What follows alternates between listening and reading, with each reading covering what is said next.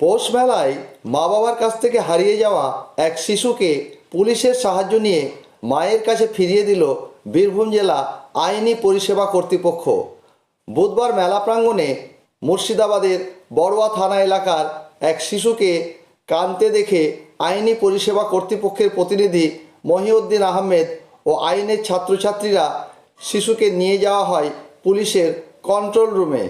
সেখান থেকে মাইকে ঘোষণা করে পুলিশের মাধ্যমে শিশুটিকে তার মায়ের হাতে তুলে দেওয়া হয়।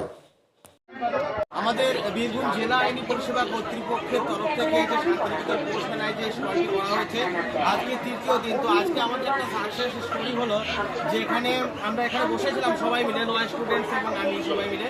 এবং একটি বাচ্চা আছে, মেনলি 8 বছর কি 9 বছর, সেই বাচ্চাটি তার মা এবং বাবার কাছ থেকে হারিয়ে যায়। বাচ্চাটি কিছুটা কান্নাকাটি করছিল, সেই বাচ্চার কাছ থেকে নাম ঠিকানা সংগ্রহ করা হলো মুর্শিদাবাদ জেলার বড়ুয়া থানার একটি গ্রামে।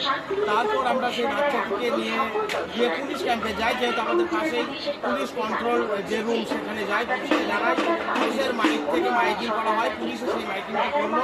কিছুক্ষণের পর তার মা এলো, বাচ্চাটাকে নিয়ে গেল এবং পুলিশের তরফ থেকেও বাচ্চাটির হাতে চকলেট দেওয়া হয়েছে যাতে সে কান্নাকাটি না করে। তো মেনলি আমরা ডিএলএস এর তরফ থেকে গত 3 দিন ধরে যে বিভিন্ন রকম আইনি পরামর্শ দিচ্ছি। তো আজকেও একটা সাকসেস স্টোরি এখানে হয়েছে, একটা বাচ্চাকে রেস্কিউ করে তার মায়ের হাতে ফিরিয়ে দেওয়া হলো। এটা আমাদের কাছে অবশ্যই একটা সাকসেস স্টোরি এবং এটা শুধু আমি একা করিনি, আমাদের বেঙ্গল মহল থেকে যে সমস্ত ভাই বোনেরা এসেছে আমরা জয়েন্টলি এই পারফর্মটা করেছি।